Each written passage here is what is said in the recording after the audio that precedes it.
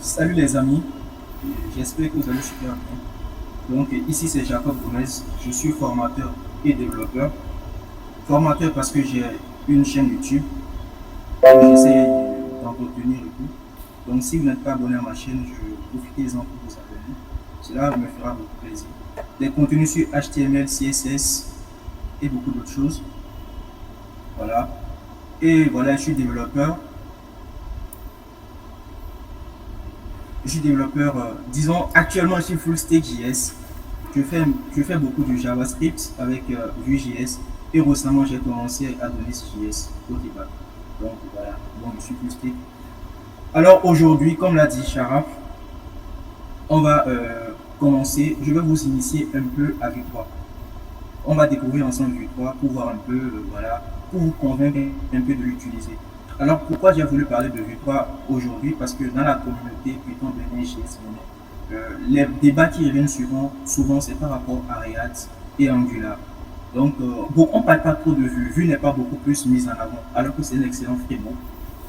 Donc, le but de cette séance, c'est de pouvoir faire découvrir à ces personnes qui font React le framework Vue. Et le but aussi, c'est de pouvoir aussi, voilà, si vous ne connaissez pas Vue, c'est de pouvoir vous faire découvrir Vue. Maintenant, si vous connaissez Vue et que vous êtes dans cette vidéo, c'est de pouvoir voir un peu comment vous Java code et tout, si possible m'aider à améliorer la qualité de mon code. J'estime que je ne suis pas un expert, je veux juste vous faire découvrir quelque chose. Donc, si vous êtes déjà Vue et que vous êtes expérimenté que moi, c'est l'occasion pour vous d'analyser mon code, de me dire, bon, voilà, tu peux faire telle chose, etc., etc. Donc, ça, c'est mon LinkedIn ici. Et la vidéo que je dis vidéo, le mythe que j'aurai à faire, en fait, le code source sera hébergé sur GitHub, donc c'est déjà hébergé sur GitHub, donc vous pouvez aller plus tard pour récupérer le code. Tout simplement. Alors, sans plus tarder, on va ici rentrer dans le vif du sujet et parler ici de Vue 3. Alors, Vue 3, c'est quoi? Vue 3, c'est un framework JavaScript, voilà, moderne, qui te permet de pouvoir créer des applications web modernes, tout simplement. Voilà, c'est un framework comme React, Svelte, comme Angular, qui te permet aussi de pouvoir créer des applications web modernes. Voilà, c'est un framework basé sur du JavaScript. Mais avant de commencer les installations et tout, il est important de vérifier que vous avez Node.js installé. Donc, si vous n'avez pas Node.js installé, voilà, allez sur le site de Node.js et installez la dernière version de Node.js LTS. Donc, pour vérifier que Node.js a été installé, vous faites taper juste la commande Node-V. Moi, actuellement, j'ai la version 16.14.1. Donc, je suis NVM, donc j'ai changé de version. Donc, voilà. Donc, si vous vérifiez que Node.js a été installé et que vous tapez Node-V et que vous avez ce résultat-là, c'est bon, vous pouvez installer ici Vue.js. Donc, pour installer Vue.js, il faut se rendre sur la documentation de Vue. Voilà, pas défaut, on n'a pas cette page-là, on a cette page-là. Donc, vous rentrez dans l'onglet Install. Donc, en bas, nous avons voilà, des utilitaires. Il y a cette commande-là qu'on nous propose pour pouvoir installer un projet Vue. Donc, ici, je vais ouvrir mon terminal. Ici, je choisis le répertoire. Là, actuellement, je suis dans le répertoire laboratoire JS Benin et je colle tout simplement ce code-ci. Donc, on va me poser un certain nombre de questions, le nom du projet, etc., etc. Donc, on me demande le nom du projet. Je mets ici, par exemple, démo, démo. On me demande si je veux ajouter du TypeScript à notre projet. Évidemment, je vais ajouter du TypeScript. Nous sommes en 2023, donc je mets oui. JS, non. On me demande si je veux utiliser un routeur. C'est quoi un routeur? Voilà, comme je le disais, Vue.js, c'est un framework qui permet de créer des applications single page, des applications web. C'est-à-dire qui vont se passer tout le process, fait ici, c'est sur une seule page. Donc ici, pour pouvoir naviguer entre les pages, comme c'est une seule page, on a besoin d'un système, ici qu'on appelle ici le routeur, qui va nous permettre de naviguer, de switcher de page en page. Donc pour cette vidéo, on n'en aura pas vraiment besoin, donc je ne prends pas. Donc ici, on me demande ici d'ajouter Pinia. Pinia ici, c'est un gestionnaire de, c'est un stock, un gestionnaire de, comment dire, c'est un state management, voilà, qui va ici nous permettre de gérer en fait l'état de nos applications. L'état de nos applications. Donc, dans les versions précédentes de Vue, on utilisait Vue X. Maintenant, pour la dernière version de Vue, c'est Pinia qui a été recommandé par la communauté. Maintenant, pour ceux qui font du React, Pinia est un peu l'équivalent de Redux. Voilà. Vitesse pour les tests. Bon, je n'écris pas les tests, donc je ne vais pas les choisir. Voilà. On me demande si je veux ajouter ESLint. Non, je vais l'ajouter. Écriture pour la qualité de code, je l'ajoute. Et puis après ça, c'est fini. Donc, je fais juste un CD, démo, démo, démo, démo, et j'installe tout simplement les dépendances. Donc, le npm install ici, c'est pour installer les dépendances. Le npm run format, comme j'ai choisi Feature, c'est une commande qui va me permettre de formater mon code. Moi, souvent, je ne le recommande pas aux gens de taper cette commande-là, parce que tu écris ton code à ta façon, donc une commande qui va reformater ton code, tu peux être perdu dedans. Et le npm run dev, c'est tout simplement pour lancer le projet. Donc, ça peut prendre du temps. L'installation, ça dépend aussi de votre connexion. Donc, moi, je vous ai un peu dévancé. Moi, j'ai déjà installé un projet au préalable. C'était juste pour vous montrer un peu comment initialiser ici un projet Vue 3. Donc, déjà, pour ceux qui n'ont jamais fait de Vue, vous allez sur la documentation et vous suivez ces étapes-là. C'est très, très facile. Vous allez ici installer ici un projet Vue 3. Maintenant que le projet a été installé, j'ai fait mon npm install, j'ai tous les éléments. Ici, je vérifie que je suis dans le bon répertoire. Je fais ls. Et ici, voilà, j'ai. Donc ici, voilà un peu. Donc ici, nous avons ici le projet installé. Donc avant de commencer à coder, j'aimerais quand même vous montrer un peu le résultat final qu'on va avoir. Donc ici, c'est une petite application de notes qui va nous permettre ici de prendre des notes. Voilà, ici, la première note que j'ai mis, comment apprendre Vue 3, voilà, etc., etc. Donc on pourra faire un code simple, on pourra ici modifier. Vue 3, je mets Vue 2. On pourra supprimer également. Bon, j'ai pas vraiment envie de supprimer ça, donc je vais créer un autre. Je mets ici démo et démo. Donc j'ajoute ma note et je supprime. Donc en gros, c'est cette application qu'on va mettre en place avec Vue 3. Donc pour que vous ayez un peu une idée du résultat final. Le code, comme je l'ai dit, c'est sur mon GitHub. Voilà, c'est le répertoire Vue 3 démo JS. Voilà. Ok. Donc ici, quand on installe le projet, nous avons ici, nous sommes ici dans le projet, donc nous avons un certain nombre de dossiers. Donc pour ce mythe, je ne vais pas tout expliquer, je vais juste expliquer quelques parties, les éléments importants en fait. Déjà, le dossier public. Dans le dossier public, nous allons ici mettre toutes les ressources publiques, toutes les ressources qui peuvent être publiques sur notre application, on peut les mettre là. Ok. Ici, le asset, c'est les ressources qu'on a envie voilà, de builder, les ressources qu'on peut mettre ici. Donc, c'est que voilà, le build suffira avec Vite ou bien Webpack et tout. Donc, on peut mettre aussi des images, du script, etc., etc. Donc, ici, les composants. Donc, ici, on peut ici créer des composants. Donc, Vue.js ici, c'est un framework JavaScript qui nous permet de créer des applications. Mais l'avantage, au fait, avec Vue, c'est que tout est composant. Donc, au lieu de créer du code HTML assez long, on va pouvoir ici découper nos codes en de petits morceaux qu'on va réutiliser plus tard. Et c'est ça qu'on appelle un composant. C'est tout simplement un petit morceau de code, voilà, qui a sa propre logique à elle, qu'on va pouvoir injecter dans des pages, etc. On va aussi pouvoir créer ici des composants qui ont aussi leur vie propre, qui ont aussi leur identité propre, qu'on pourra utiliser, etc., etc. Donc ici, les fichiers vus sont sur l'instance .vue. Donc quand vous créez ici un fichier, vous mettez ici installation .vue. C'est que voilà, l'éditeur reconnaît directement que c'est un fichier .vue. Maintenant, il y a des conventions. On ne va pas trop en parler. Pour des composants, un peu comme des classes en PHP, en Java, en C, ça commence toujours par une lettre majuscule. Et souvent, c'est du camel case qu'on utilise comme façon d'écrire. Donc ici, nous avons le fichier app. Bon, ça, c'est le fichier principal. C'est-à-dire, lorsque le projet est là, c'est le fichier welcome, souvent là, c'est ça qui est là. On va en revenir tout à l'heure.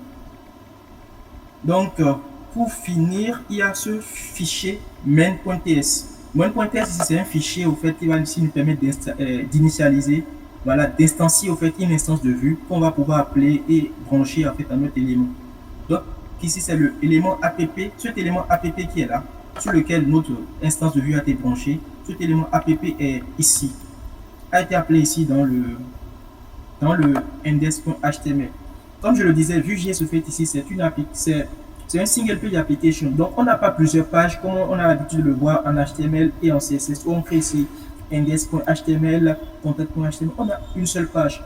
Donc, comment ça se passe? C'est que sur cette même page-là, on aura au fait ici du remplacement du contenu.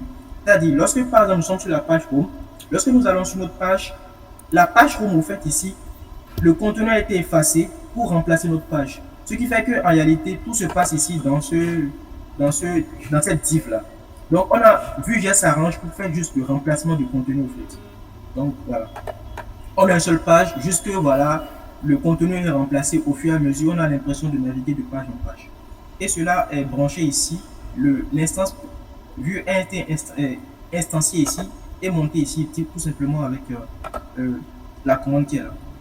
Et pour finir, on va ici parler du package condition. Donc ici, on a toutes les dépendances qu'on a installées. Et ici, on a le dev pour lancer le projet, le builds, etc. etc.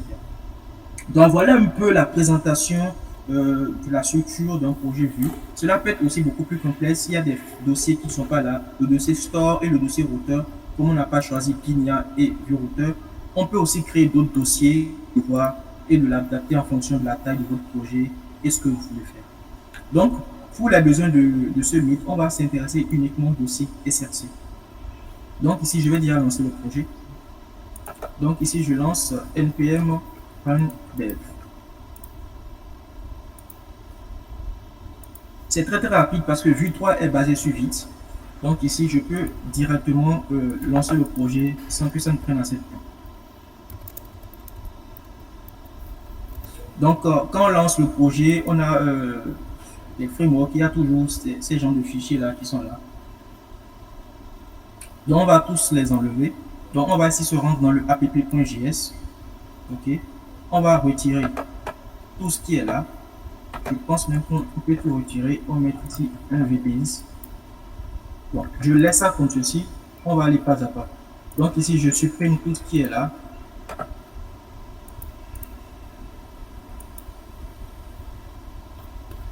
Donc le welcome, tout.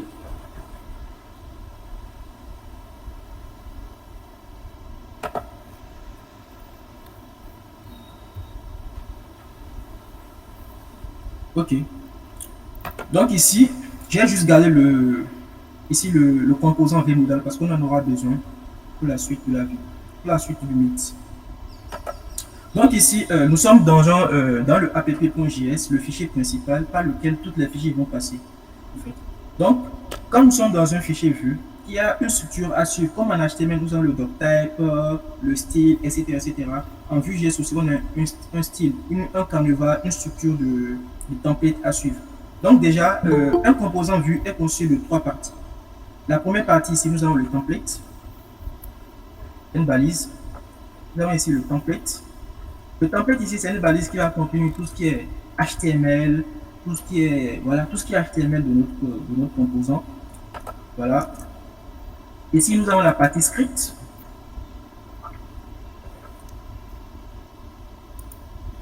Et puis enfin, nous avons la partie style.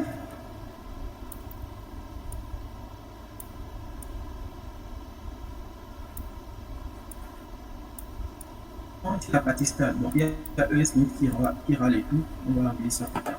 Donc, ici, je mets une div. Voilà. Donc, le template ici, c'est tout ce qui est HTML de notre composant. Le script, c'est tout ce qui est logique, c'est-à-dire dans le composant, tout ce qui est interaction logique dans le composant. Et le style, tout ce qui est style pour le composant. Le principe des composants est similaire à ce qu'on connaît au fait ici en langage C ou bien en programmation orientée objet. Quand nous prenons une classe a des attributs, des propriétés, voilà, a des attributs et des comportements. Donc, une classe est unique au fait. Et voilà, une classe, c'est un peu comme voilà, une architecture et chaque instance de classe, les objets au fait sont uniques.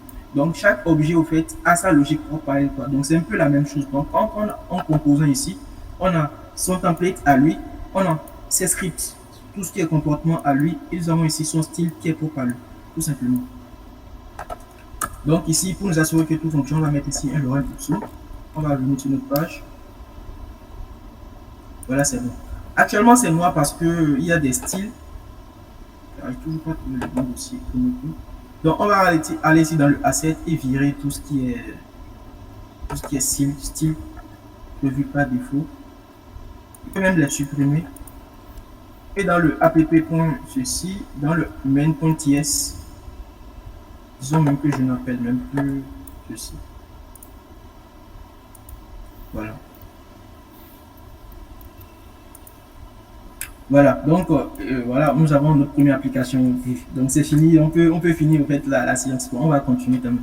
Donc pour aller quand même un peu plus pro, je vais ici installer Tailwind pour gérer le CSS pour aller un peu plus vite.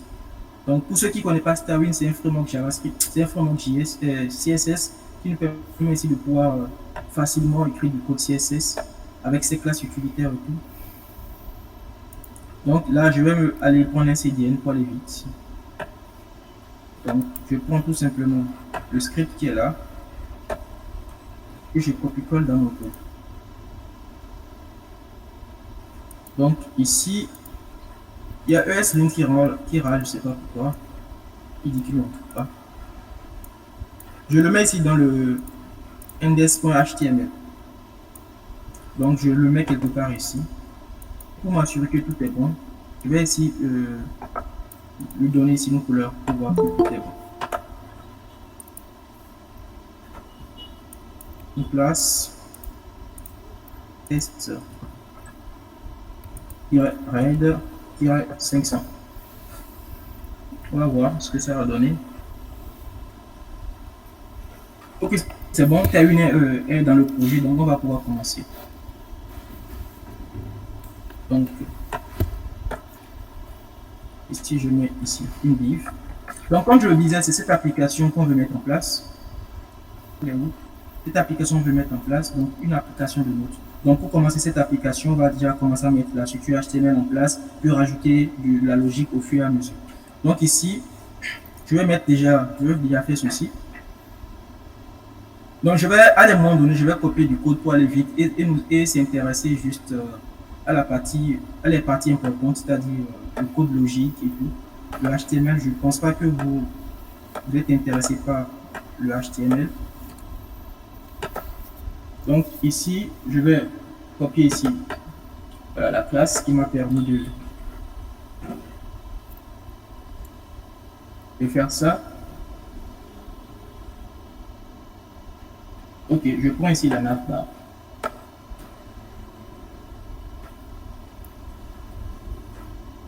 Donc ici, j'ai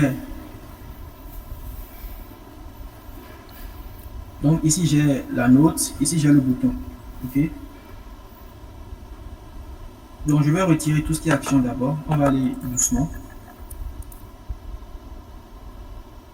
Donc après cela, ce qu'on va faire, quand on vient sur notre vue ici, on a ici cette carte là qu'on va essayer de créer. Donc on va faire un peu ce que les gens font en test unitaire. Donc souvent, voilà.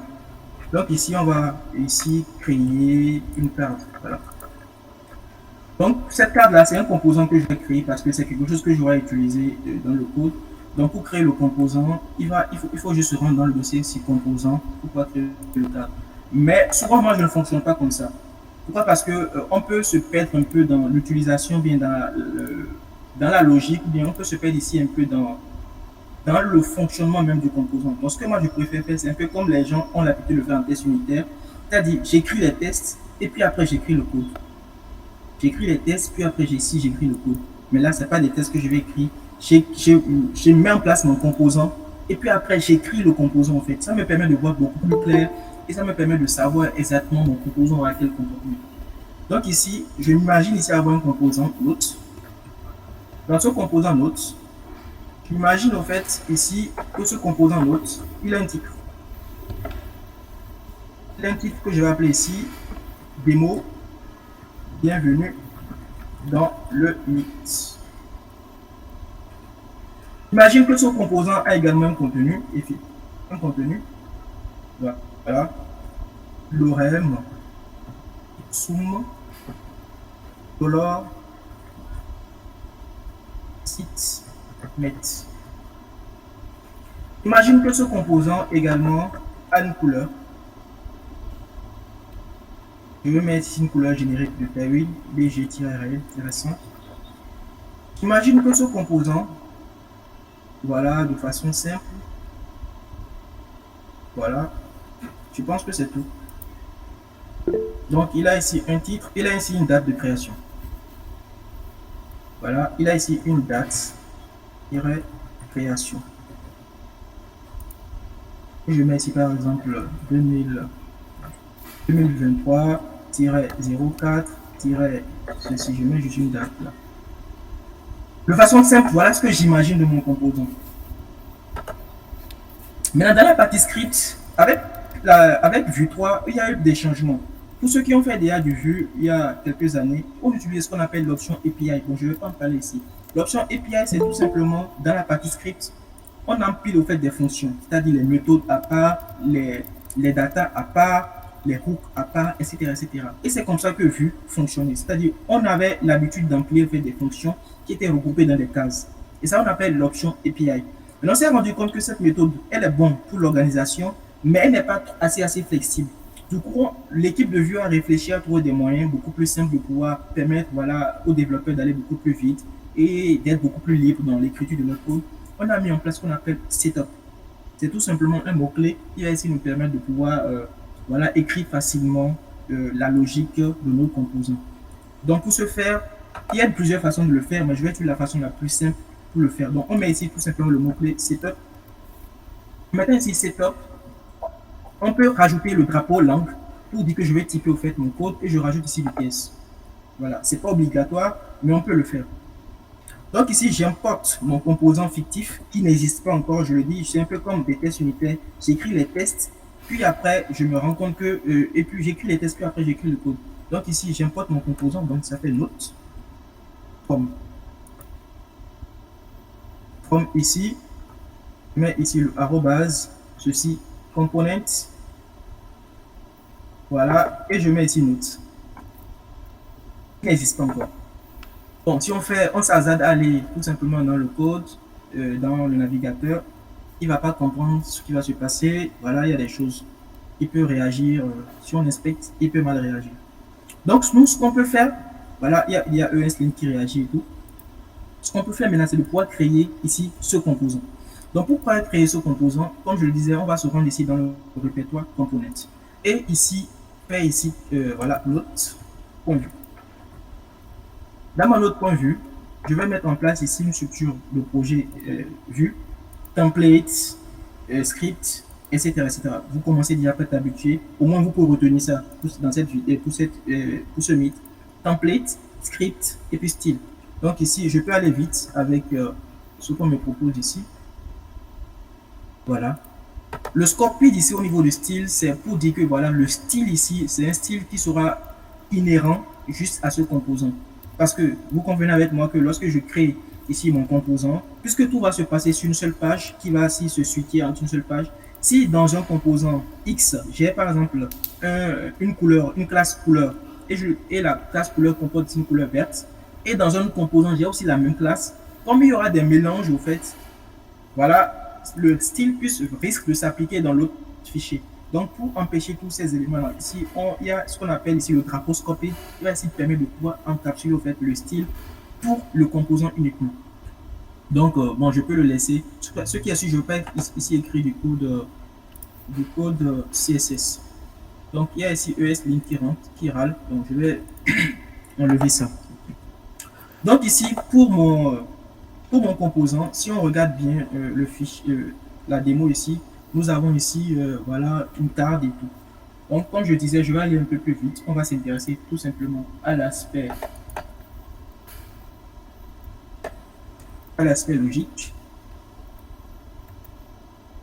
Donc, ici, ce que je vais faire, je vais copier tout simplement le code qui est là.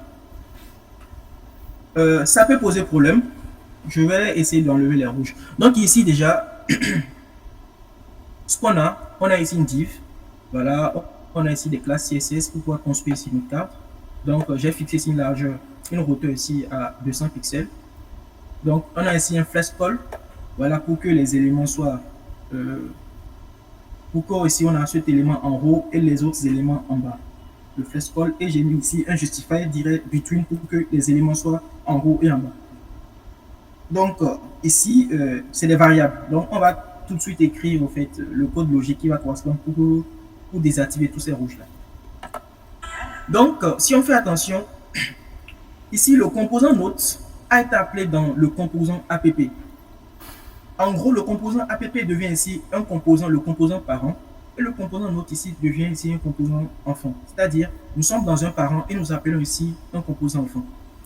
Donc, dans mon parent, j'ai ici envoyé des données à mon composant note, c'est-à-dire des données comme bienvenue, titre, etc., etc. Donc, pour que mon enfant puisse recevoir ces données et puisse les traiter à son niveau, il faut que l'enfant puisse mettre en place un certain nombre de stratégies qu'on appelle ici les props. Pour ceux qui font du React, je pense que vous êtes familier à ce système-là, on appelle ça les props. C'est le fait ici de pouvoir envoyer des éléments, des informations du composant parent vers les composants, vers le composant enfant.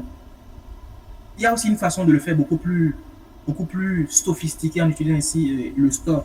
Mais pour les besoins de cette vie, pour les besoins ici de ce mythe, on n'en aura pas forcément besoin. C'est juste de petits traitements. Donc ici, comme je le disais, pour envoyer ici les données du composant parent vers le composant enfant, c'est les props qu'on va utiliser. Donc Vue.js ici nous permet ici de mettre en place, voilà, dans le composant enfant, un certain nombre de stratégies qui vont nous permettre de capturer les informations envoyées du parent vers l'enfant. Donc ici, on va utiliser ici, on va mettre ici const de props pour dire que voilà, toutes les données envoyées seront dans la variable props. On peut déstructurer, bien évidemment, mais quand on déstructure, au fait, on perd tout ce qui est réactivité. Bon, c'est beaucoup trop technique, je ne vais pas en parler ici. Donc, je fais ici juste props. Dans ma props, j'appelle ici une macro. Une macro. Une macro, c'est tout simplement de petites fonctions que voilà, Vue.js a mis en place des utilitaires pour pouvoir faire un certain nombre de traitements. Donc, si je mets ici mon define props pour dire que voilà, je veux des props. Et ici, je pourrais ici lister toutes les props, c'est-à-dire tous les éléments qui ont été envoyés de l'élément enfant vers l'élément, de l'élément parent vers l'élément enfant. Donc, je peux diviser ici mon écran, voilà, pour vérifier les informations. Donc ici, on peut aussi le, voilà, ce qu'on va faire, on va ici définir tous ces éléments-là pour dire que voilà, il faut les recevoir. Donc ici, nous avons le titre. Dans mon titre ici, j'ai un objet. Dans cet objet, je précise le type parce que voilà, il faut préciser le type. Ici, c'est du string. Là, c'est un type natif de JavaScript, le string. Maintenant, pour aller beaucoup plus loin, vous voulez faire du TS et tout, il n'y a pas de problème. Donc, vous pouvez faire ici le as pop type. Et tout simplement, ouais, ça, pop type. On va déjà souligner ça ici. On va me dire de l'installer. Dans le prop type, je vais préciser ici voilà, le type PS, string, tout simplement. Pas le string que vous connaissez, hein, le string là, quoi, c'est ça, quoi. C'est pas le string que vous connaissez. Là. Voilà. Donc ici, il faut l'importer, tout simplement. Il faut l'importer. Donc je mets ici, ça n'a pas fait ça automatiquement. Importe pop type. Pop, c'est P majuscule. Pop type. J'ai même mis property type.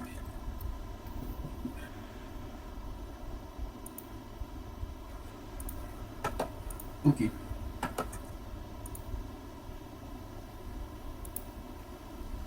Ok.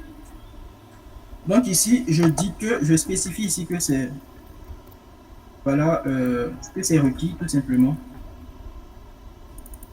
Ça aussi, ça râle. Il dit l'importation n'a jamais été utilisée tant que la valeur du type ceci erreur. Ça veut dire ça veut dire. Ok, je comprends. Donc il faut rajouter ici le type. Voilà. Souvent, ce truc, ça se fait automatiquement, jusque bon, voilà. L'import se fait automatiquement. Donc ici, après le titre, je vais mettre ici le contenu. Bon, je ferai la même chose. Contenu. Là, au fait, on n'est pas vraiment obligé d'utiliser ici propre type. Parce que vous convenez avec moi que c'est des types natifs. Si c'était par exemple un objet et tout, on pourrait créer ici une interface, ou bien on pourrait créer un répertoire interface, ou bien type, et ici appeler directement le type ici. Bon, c'était juste pour montrer qu'on peut utiliser du TS pour pouvoir faire ça. Sinon, on aurait pu juste s'arrêter juste à là. Tout simplement. C'est un type natif, JavaScript le gère correctement. Donc, voilà. Couleur. Ici, une couleur. Après la couleur, la date de création.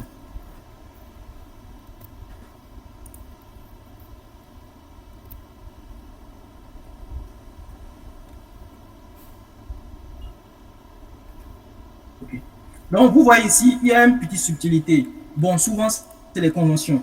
Quand tu fais du HTML, on va préférer ici, souvent utiliser ici du kebab case, mais avec en JavaScript, on va ici préférer utiliser, merde, on va ici préférer utiliser du, euh, du camel case. Donc, voilà.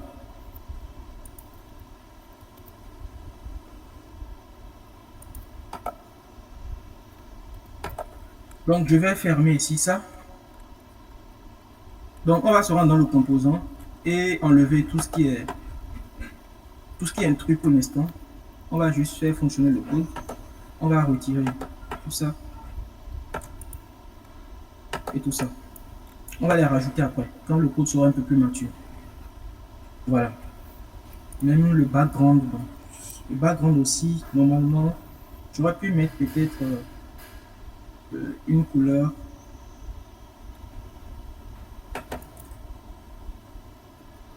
dièse, CCC par exemple. Voilà.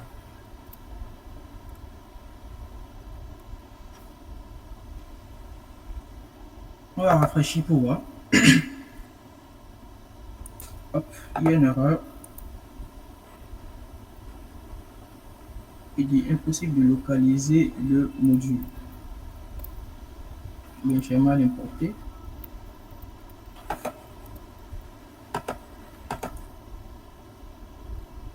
C'est bien ça. Arrobase component slash note.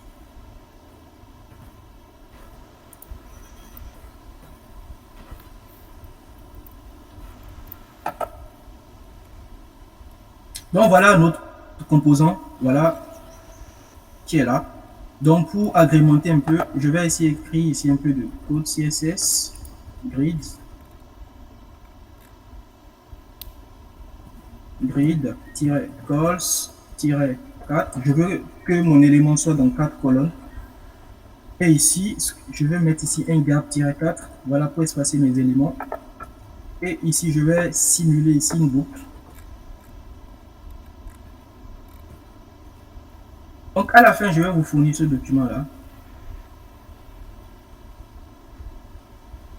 Je vais vous fournir ce document-là pour comprendre un peu, voilà, au moins ça sera un souvenir pour vous de cette séance. Voilà. Donc ici, je vais ici mettre créer ici une boucle. Voilà, V-fort. Voilà, ici pour les boucles, en Vue.js aussi, on a des... Vue.js vient avec pas mal d'éléments, donc souvent les boucles, les v-if, c'est vraiment très très simple avec Vue. C'est pas comme en React où on se casse vraiment les pieds. Ici, nous avons déjà des éléments dédiés pour ça. Par exemple, pour faire une boucle, on ne fait pas le map comme on le fait en React. Je l'ai testé, sincèrement, c'était horrible. Donc ici, tu fais juste v-for. Et ton v-for, tu dis par exemple, voilà, je veux ma data. Et ici, je précise l'index. Ce n'est pas obligatoire. Dans, ici, par exemple, 20 éléments. OK? Et je précise ici une clé pour ne pas que les données s'entremêlent. Pour spécifier que chaque élément, en fait, ici, chaque élément est différent. Chaque élément est différent. Donc ici, je mets tout simplement index pour spécifier que chaque élément est différent.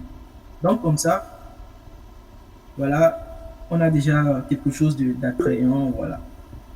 Maintenant, c'est bien beau tout ça, hein. C'est bien beau tout ça, c'est joli et tout, mais il serait intéressant quand même de pouvoir cliquer sur ces boutons-là pour modifier, cliquer sur ce bouton pour pouvoir supprimer. C'est ça qui sera beaucoup plus intéressant. Et Vue.js nous permet de le faire de façon très très simple, avec ce qu'on appelle ici les emits. Je le disais que tantôt que dans le jeu de composants, on a ici l'enfant et le parent et l'enfant. Je vous explique. Dans le parent, lorsque nous avons un composant enfant, pour communiquer, pour que le parent communique à l'enfant, c'est les props. En React, ça se fait, en Angular, ça se fait. Maintenant, pour que l'enfant puisse communiquer directement aux parents, ce n'est plus la même chose, ce n'est plus la même relation. Ça devient ici des émites. L'enfant, pour communiquer aux parents, il est obligé au fait d'émettre ici des événements pour que le parent puisse détecter ces événements-là et mettre à jour tout simplement le données. Je ne sais pas si vous avez compris un peu. Donc, c'est ce qu'on va faire. Donc, ici, j'ai les boutons modifier, supprimer.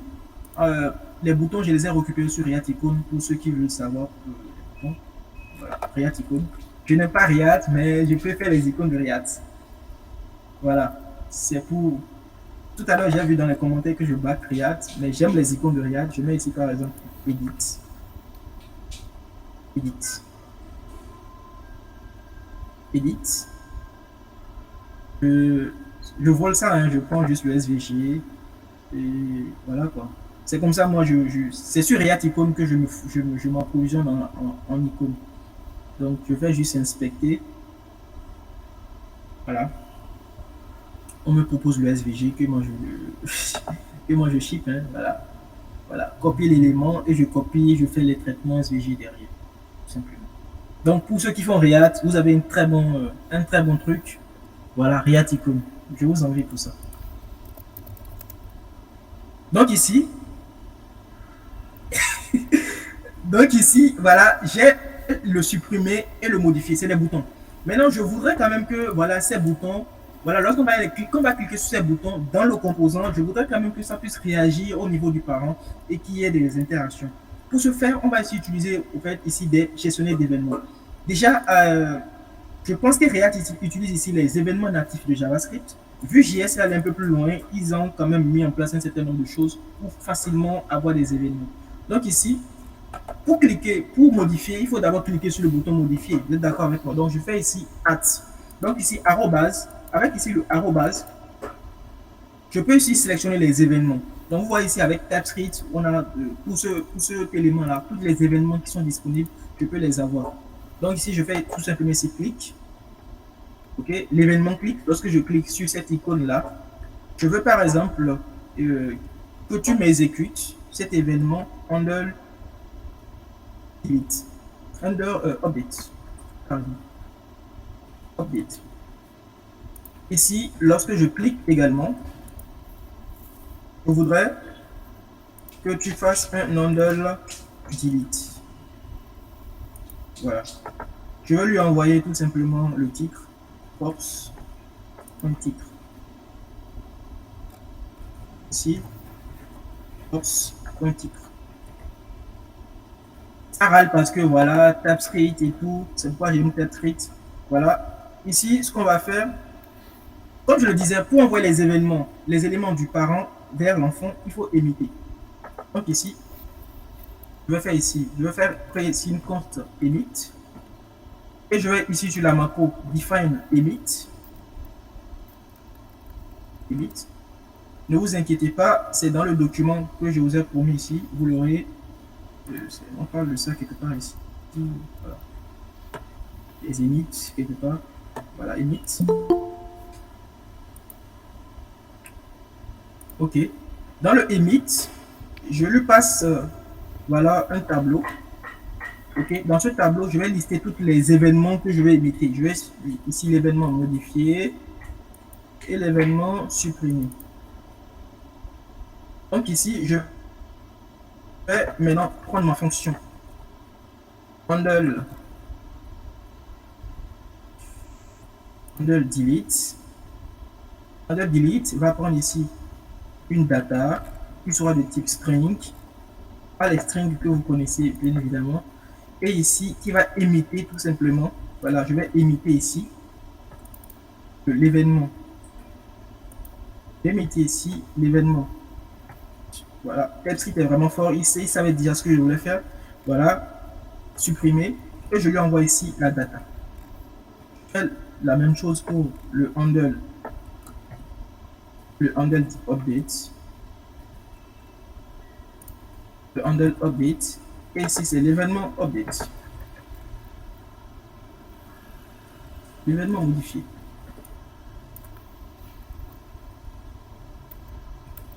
Ok. OK. Maintenant que j'ai configuré ces systèmes d'événements, il faudrait maintenant l'écouter sur la page. C'est-à-dire, les événements ont été émis. C'est un peu, j'ai émis le signal. Mais il faudrait que sur ma page, je puisse les écouter. Pour les écouter, je vais tout simplement les brancher ici sur mon composant. Donc, je fais ici at.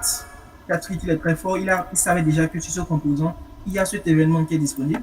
Donc, ici, je veux, voilà, j'écoute ici l'événement modifié. Sur l'événement modifié, je veux qu'il écoute sur la fonction, par exemple, modifié. Voilà, je mets une fonction modifiée.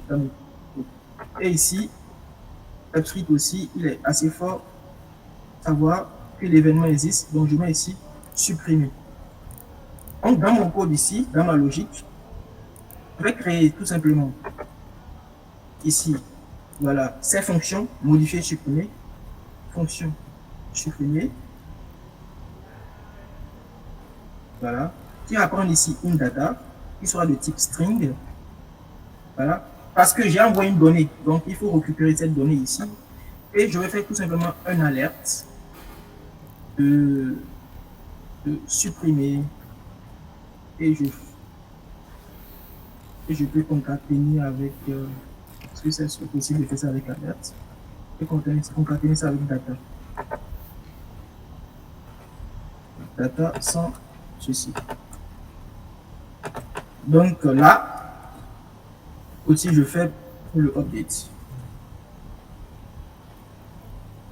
le modifier. Donc si tout se passe bien et que je n'ai pas foiré quelque part, lorsque je ne peux pas d'actualiser, je le fais quand même. Lorsque je vais cliquer sur modifier, voilà, j'aurai, voilà, il a mal choisi, le logo a été mal fait. Voilà, au moins on a supprimé ici. Voilà. Donc voilà, c'est bon. Maintenant qu'on a ça, on a mis en place, on est en train de mettre en place les éléments. Il faut maintenant ajouter un élément. Ok, il faut maintenant ajouter un élément et vider tout ce qui est là pour les vraies notes. Donc pour ajouter un élément, on va ici configurer notre bouton. Voilà. Donc ici dans notre bouton qui est là, on va ici brancher un événement, clic. Cet événement, je vais lui dire, voilà, add note.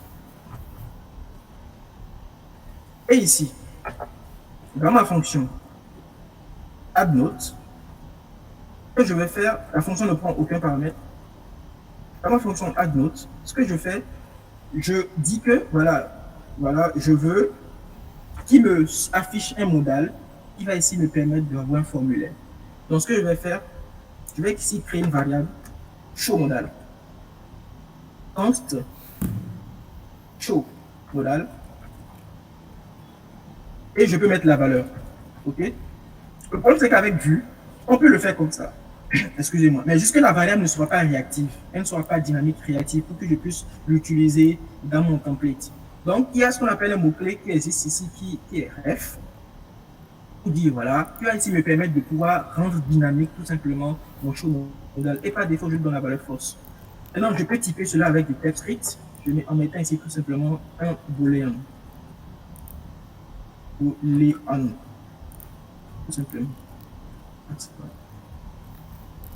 Voilà. Et il faut importer tout simplement le ref. Importe le ref comme vue.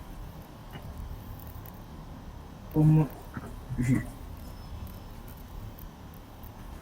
J'avoue que le code n'est pas vraiment organisé. C'est tout. Donc ici, j'ai le show modal. Donc mon show modal est là. Donc je vais tout simplement ici appeler mon composant modal. Pour appeler, j'avais dit que j'avais un composant modal ici qui était disponible. Donc je fais ici import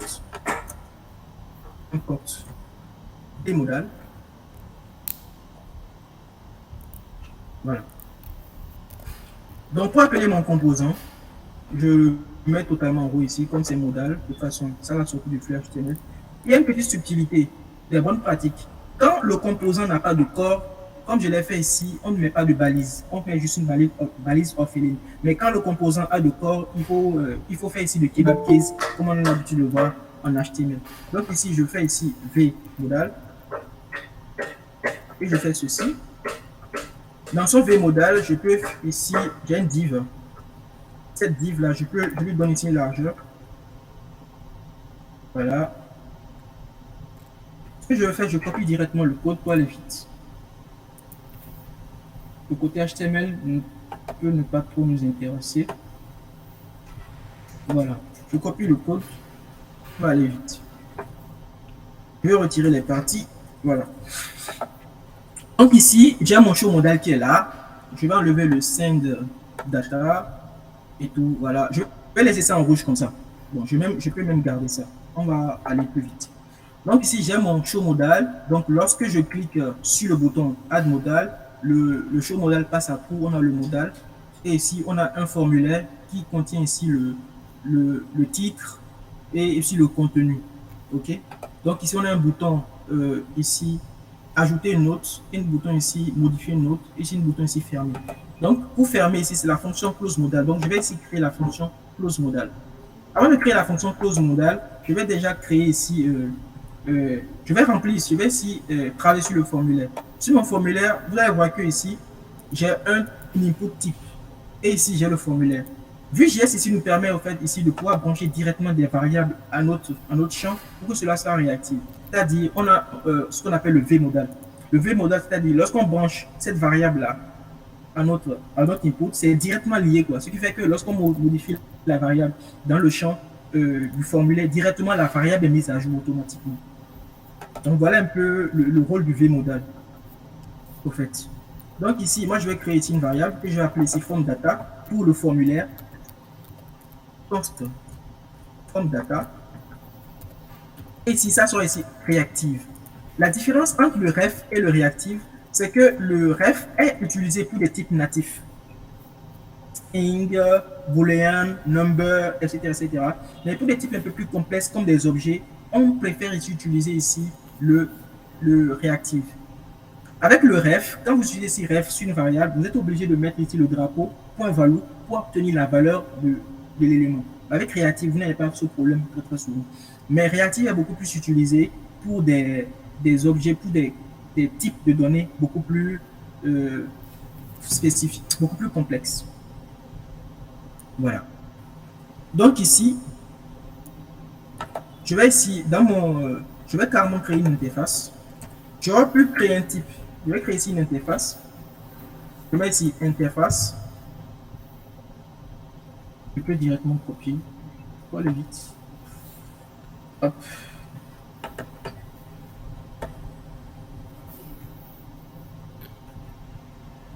Je copie carrément le tout. Ouais, je copie. Interface. Je crée moi aussi mon interface. Et ici, j'ai mon form data.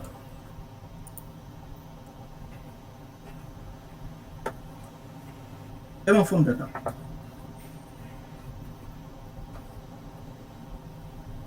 Ok, réactive là, halt, parce que je n'ai pas importé ici réactive.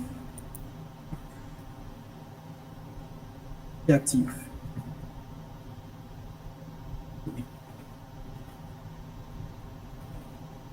Ok.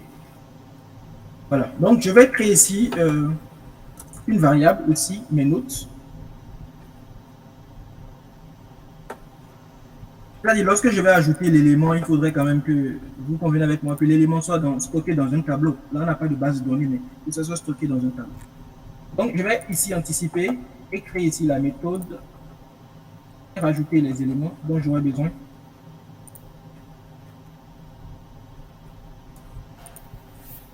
Voilà. Je vais rajouter ici la fonction close modal. Et ici, une fonction que je vais expliquer tout à l'heure. Une fonction assez particulière que je vais expliquer tout à l'heure. Donc, code, voilà, tac, tac, tac, tac, tac, tac, tac, tac, tac. Ici, le close modal, c'est quoi? Ça va juste fermer le modal. Donc, ici, comme je le disais, quand c'est du ref, il faut préciser la valeur value pour obtenir la valeur. Donc, par défaut, mon show modal, il a false. Évidemment qu'il a false. Lorsque je clique ici sur le bouton Add Note, donc je n'ai même pas créé la fonction Add Note. Voilà. Je clique ici sur le Add Note. Je peux enlever ce qui est là d'abord. On n'en aura pas besoin pour l'instant. Sur le add note, je dis que quand tu cliques sur le add note, je veux que le show modal passe à true, c'est-à-dire mon modal passe à true pour qu'on puisse voir ça sur la page. Et pour cela, on a utilisé ce qu'on appelle un VIF. Donc le VIF, c'est quoi? C'est tout simple, c'est un peu comme le VFOR, c'est un peu comme les if, c'est-à-dire pas défaut, l'élément est caché. Je ne sais pas comment ça se fait en React, je n'ai pas testé, je ne me rappelle non plus. Et c'est que ici, c'est facile de faire un VIF. Quand tu fais ton VIF et que ça force, l'élément est caché automatiquement. Quand ça trouve, l'élément est visible directement. Vous voyez que c'est magique, non? Donc ici, on a le VIF qui permet ici de cacher, de mettre les éléments. Donc ici, on a ici le close mode. On a ici le add qui dit que voilà, le modal passe à true, donc le VIF est à true. Ici, le close modal, comme c'est un modal, ce qu'on va faire, c'est que lorsqu'on va fermer le modal, on s'assure quand même à ce que les champs soient vides parce que on ne va pas fermer le modal et revenir pour trouver les anciennes données. Donc, je vide ici, dans le form data, le titre et le contenu. Voilà. Voilà. Donc ici, j'ai une interface. J'aurais pu créer un fichier type, mais bon, ça va aller beaucoup plus loin. Donc ici, j'ai une interface qui contient ici l'idée, le titre, etc., etc. Ok. Donc ce que je vais faire, je vais copier ça. Ok. Et revenir ici. Bon, j'ai déjà le titre. Voilà, je vais rajouter. Bon, on va laisser ça comme ça. Oh, je suis obligé de créer cette variable là aussi. Voilà. Je suis obligé de créer la variable, mais c'est pas grave. Donc ici c'est isUpdate. Donc ici la variable isUpdate, ici c'est une variable qui va nous permettre de détecter si on est en modification, bien si on est en modification bien en création en fait. Bon, c'est une astuce que moi j'aime utiliser souvent pour détecter, pour ne pas refaire les mêmes formulaires plusieurs fois. Donc ici, dans mon add note, je fais tout simplement ici isUpdate un value et il a false, c'est-à-dire je ne veux pas modifier quoi. Donc il saura quel formulaire m'ajouter. Et ici le centre data. Donc je vais juste créer la fonction comme ça, on ne va pas aller plus loin. Ou carrément je prends directement centre data ici, mais je vais refactoriser ça pour rester au même niveau d'information.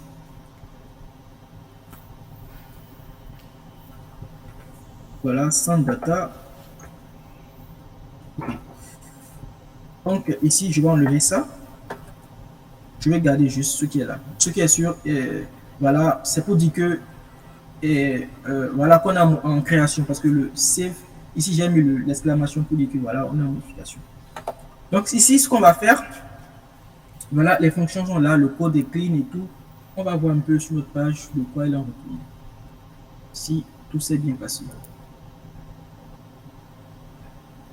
Ok, si on clique sur le modal, est-ce que c'est bon? Ok, on a l'élément. Si on ferme, c'est bon. Super. Donc ici, ce qu'on va faire,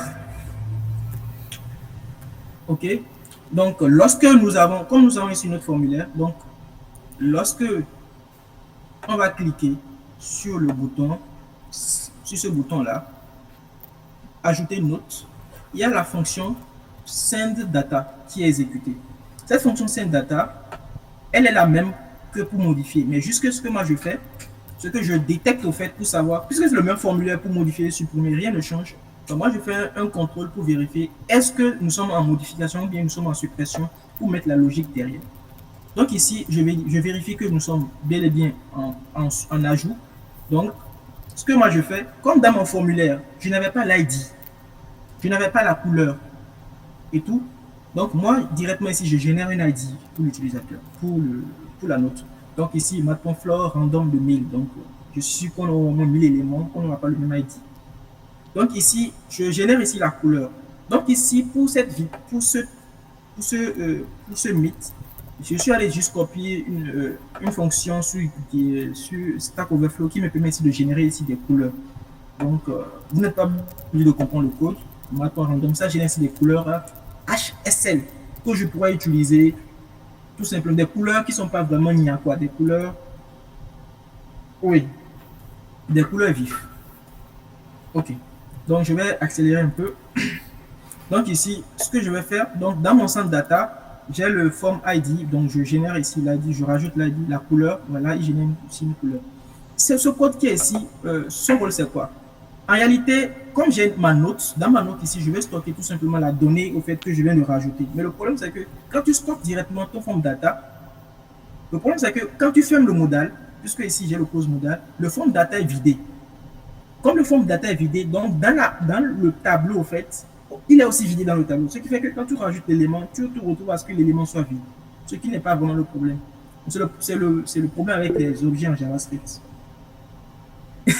Donc, la solution, c'est de pouvoir tout simplement ici cloner l'objet form data dans un autre objet, ce qui fait que quand je finis le traitement, je peux fermer le modal et vider form data sans pour autant que form data soit supprimé dans l'objet note. On peut le faire aussi autrement, hein, donc je vais aller beaucoup plus vite.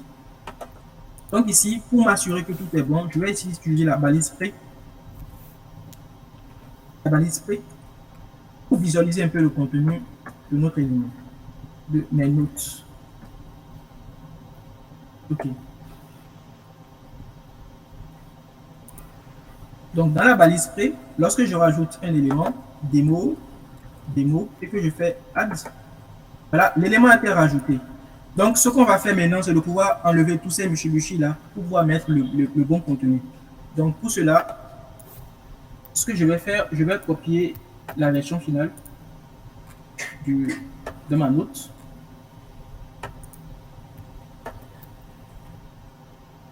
La version finale de ma note.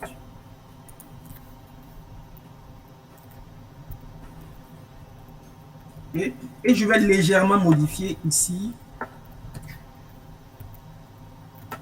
Voilà, je vais légèrement modifier ici le composant parce que là, note, vous convenez avec moi ici que date creation, c'est un type date. Ce n'est pas un string. Donc, c'est pourquoi ESLint et TypeScript sont en train de râler au fait.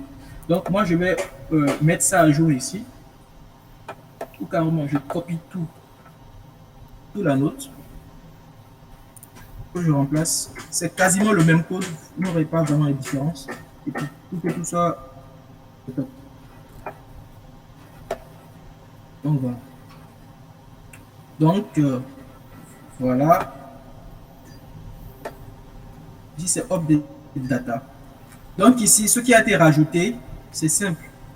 Ici, j'ai rajouté le index. Le index, j'ai besoin du index pour modifier. Ici, le ID pour l'ID de l'élément. Voilà, c'est ça qui a été rajouté. Et ici, comme c'est le type date, donc c'est tout local string, voilà, pour avoir la date. Et ici, les événements modifiés supprimés, où je renvoie ici tout simplement l'ID et l'index. Ici, pour le supprimer, j'ai besoin juste de l'ID de l'élément supprimé. Voilà, c'est tout ce qui a été changé ici. Dans ma note, je vais juste ici rajouter les fonctions delete et update. Et ici rajouter les fonctions delete, update data et delete data.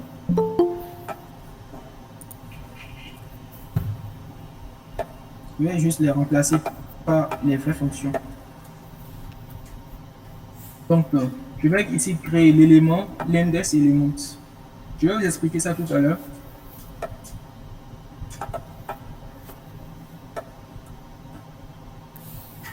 Tac.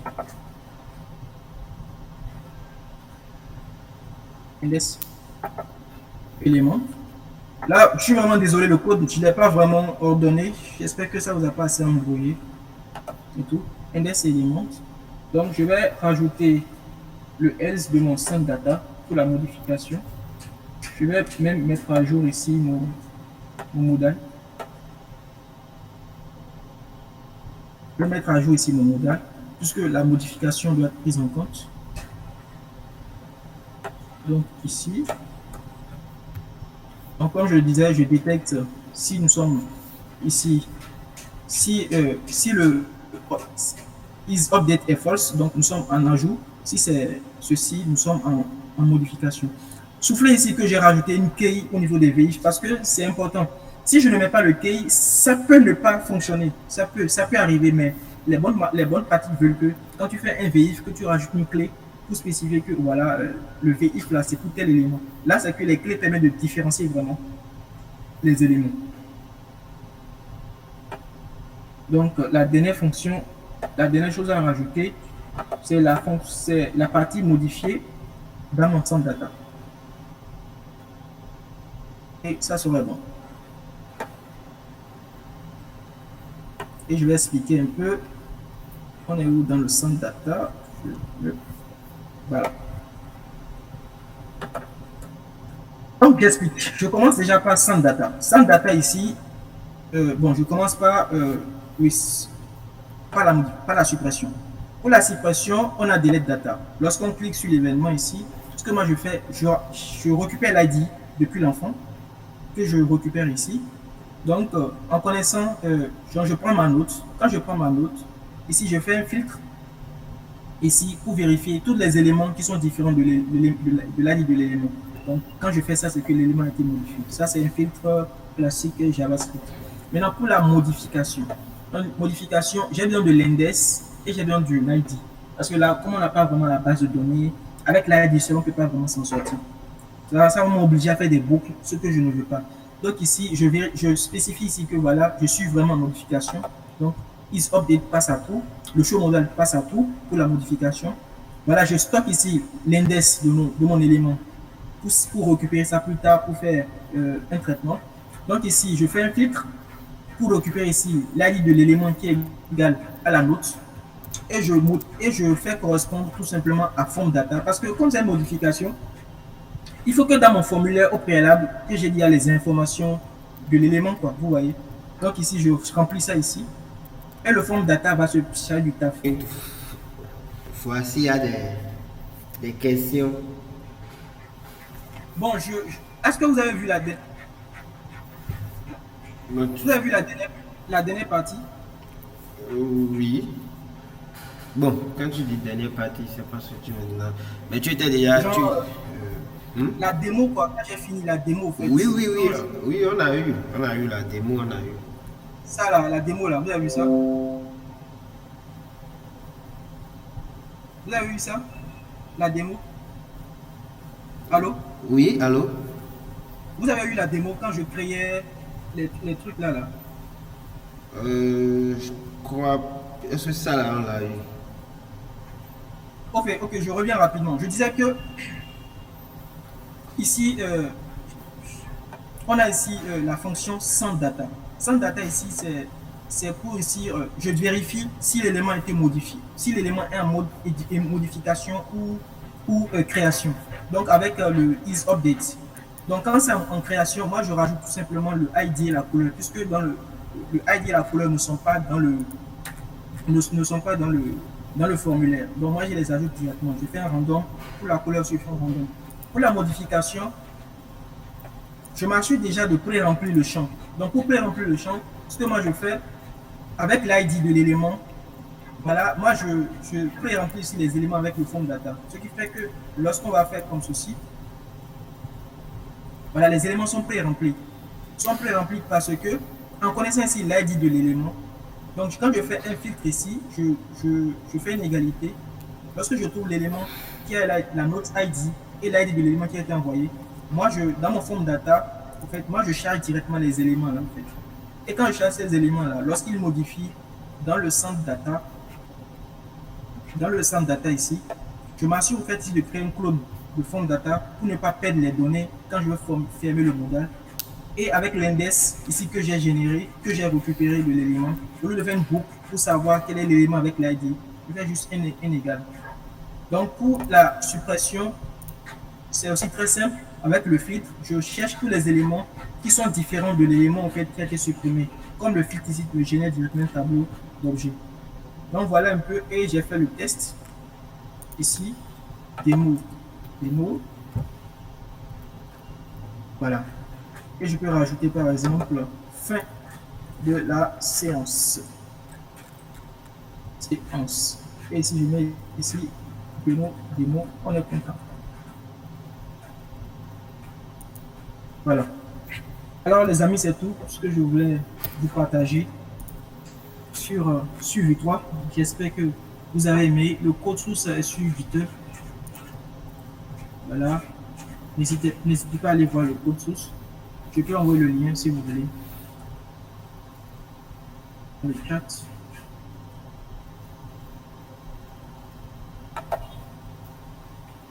Le document dont je vous ai parlé, je l'envoie dans le Python Benin à la fin. Un petit récap des éléments importants de vue. Donc, voilà. J'ai fini, donc tu as la parole. Ok, merci beaucoup pour ta présentation. Je ne sais pas s'il y a tel ou Netlify ou une de ces plateformes. Ok, pourquoi pas, mais bon. Bon, si vous voulez, si c'est pour l'utiliser, bon, pourquoi pas. Pourquoi pas. Oui, là, le lien GitHub est Oui, juste, j'envoie le lien. c'est juste en haut de ton message, Michael. J'envoie le lien. C'est ça. Ou bien je rentre directement dans le projet, j'envoie. Ça, c'est le lien de mon répertoire. En fait. Vraiment, je suis désolé pour la connexion parce que j'étais dans le flow, je ne vérifiais pas la connexion. Et un tiers d'eau, je ne sais pas. Vraiment, ça me fait mal. Oh, dites que je parlais tout seul dans mon truc. Oh, bref, c'est pas grave. Voilà le lien du démo JS Benefit. Donc, je sais qu'il y a Edu qui est là, il est développeur Vue. Il y a aussi Judical qui fait un peu du Vue. Voilà. Vous pensez quoi du travail et tout. Le but aussi c'est d'apprendre, hein, comme je disais, soit je fais découvrir Vue à des personnes qui n'ont pas fait, qui ne connaissent pas Vue. Et l'autre chose, c'est que pour ceux qui font déjà du Vue, vous avez l'occasion de voir un peu comment on coche un papier et de lui donner au fait vos avis. S'il n'y a pas de questions, parce que là on a déjà dépassé les 1 heure.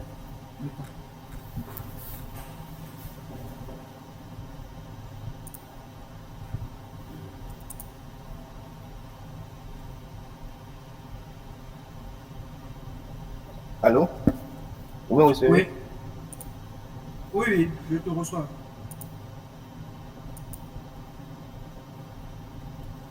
Eh, tu peux retourner dans ton VS Code, là où tu appelles la fonction, mais là où tu as déclaré la fonction update là. Dans, dans le composant ou bien dans le parent. Tu veux parler de ça? Bon, en fait, là où tu as mis la logique de mise à jour. Ah, la logique de mise à jour, ok. La logique de mise à jour se fait en 2 temps. Oui. Le premier niveau, c'est ici.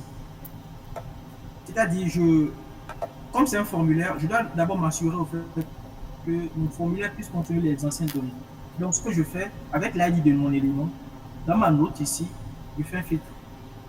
Dans ce filtre-là, je vérifie ici, je vérifie l'ID chaque instance de ma note, ID, je vérifie si c'est égal au fait à l'ID que j'ai envoyé. Effectivement, ça va toujours correspondre à un élément. Si ça correspond, moi ici c'est form data que j'utilise pour mes formulaires.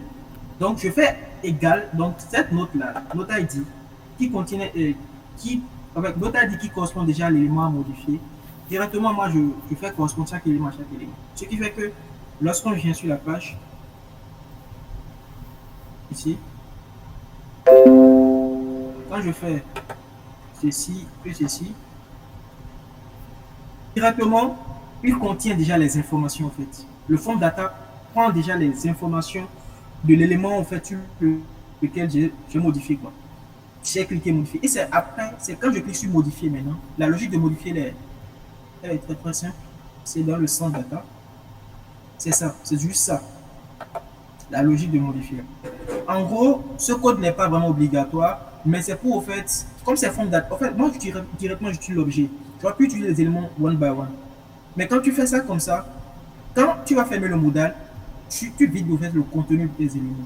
Comme c'est directement l'objet que tu as envoyé, l'élément est directement vidé dans le tableau. Et l'activité et les conséquences. Donc, je suis obligé ici de créer ici un flow de cet élément-là. Que je mets ici dans update data. Ce qui fait que quand je vide ceci, update data n'est pas vidé. Et avec l'index de mon élément, au lieu de faire une boucle sur l'ID pour chercher l'élément, avec l'index, j'ai un accès direct quoi. Et je fais juste up égal à ceci. Il me remplace à la ligne 2 par exemple l'élément là. Voilà.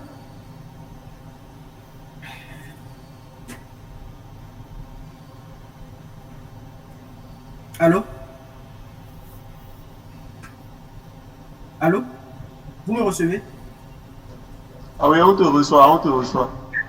Parce que j'ai peur de dire depuis, depuis cette histoire-là, le truc là. Ok. C'est bon pour la question, juste. Juste. Il n'est plus là.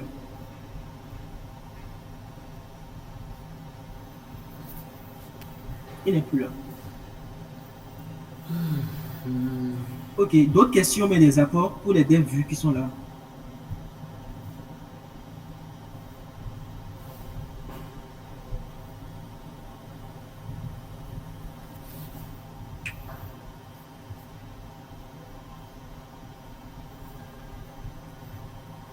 JS Benin, vous êtes là. Apparemment, il n'y a pas de questions. Très bien. Oui, nous sommes en vie. Ok, bonsoir. Et bonjour, on est le matin.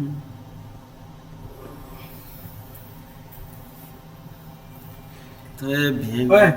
Merci beaucoup pour la présentation. Je pense qu'il n'y a plus vraiment de questions.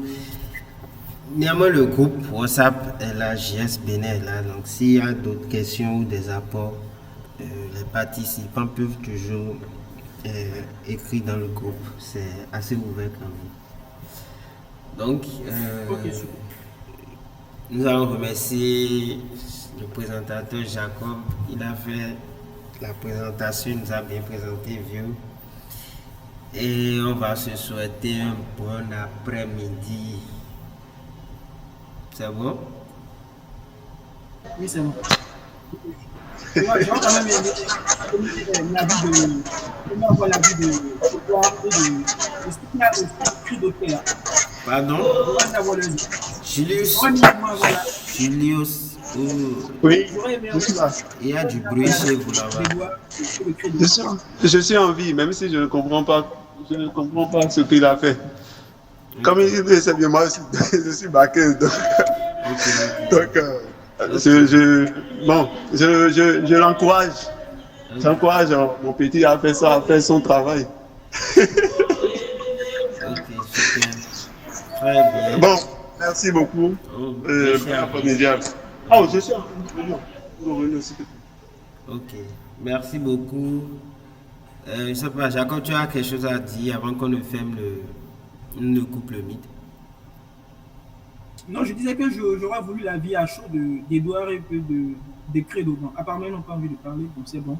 J'espère tout simplement que ça vous a donné envie de découvrir. J'espère tout simplement que ça vous a donné envie de découvrir, tout simplement. N'hésitez pas. Si vous voulez, je peux faire une vidéo YouTube qui va l'expliquer. On va aller un peu plus en détail. Ça, ce sera après. Mais j'espère quand même que ça vous a. J'espère quand même que ça vous a donné envie d'aller vers ce merveilleux framework qui n'est pas vraiment mis en avant aujourd'hui dans notre communauté. Tout simplement. Je l'espère de tout mon cœur. Et je vais vous donner la note, les petits notes là, sur vue et tout. Voilà. Je ne suis pas un expert, mais j'aime ce framework. Tout simplement. Je pense que c'est tout. Okay. Oui, Julius, mon ami. Oui, Jacob, est-ce qu'on peut avoir le truc là, code source là, code source de ce que tu as fait, pour bien comprendre cette vie. Oui, il va balancer ça dans le groupe JS Bénin. Ok, d'accord. Il va balancer ça dans le groupe JS Bénin. C'est très important. Moi, je ne fais que somnoler. Quand il veut expliquer. Il va envoyer ça dans le groupe JS Bénin. Il n'y a pas de problème. Ok. Merci. Oui, je vous en prie. Il y a Credo qui a levé la main.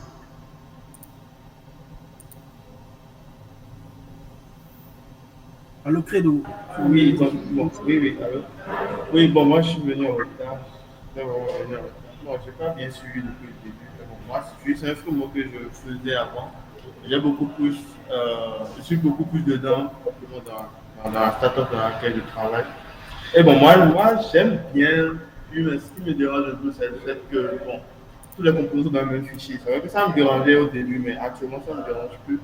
Et j'ai un peu du mal à essayer d'intégrer un peu les habitudes d'Angular dedans.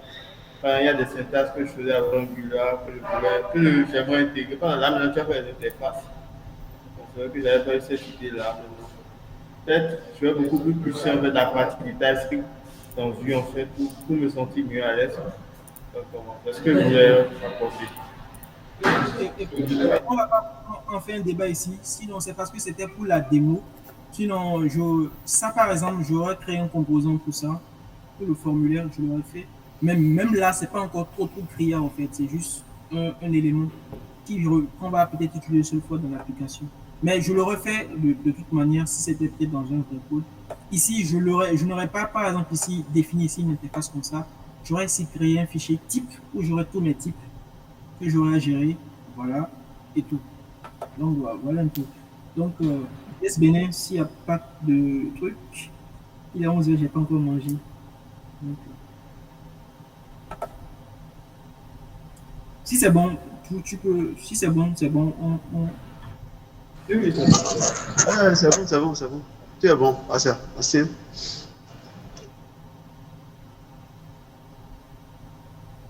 ok. On se retrouve dans le groupe, je vais envoyer les informations. Ok, super. D'accord. Merci. J'espère que les coupures n'ont pas cassé la vidéo. Non, ça c'est un peu. La vidéo a été enregistrée, donc lorsqu'on va vouloir traiter, on peut toujours enlever cette partie. D'accord, super. C'est bien fait. Les amis, n'hésitez pas à vous abonner sur le chaîne. Voilà. Ok, bye bye. Au revoir. Oui, donc nous allons couper le mythe dans quelques secondes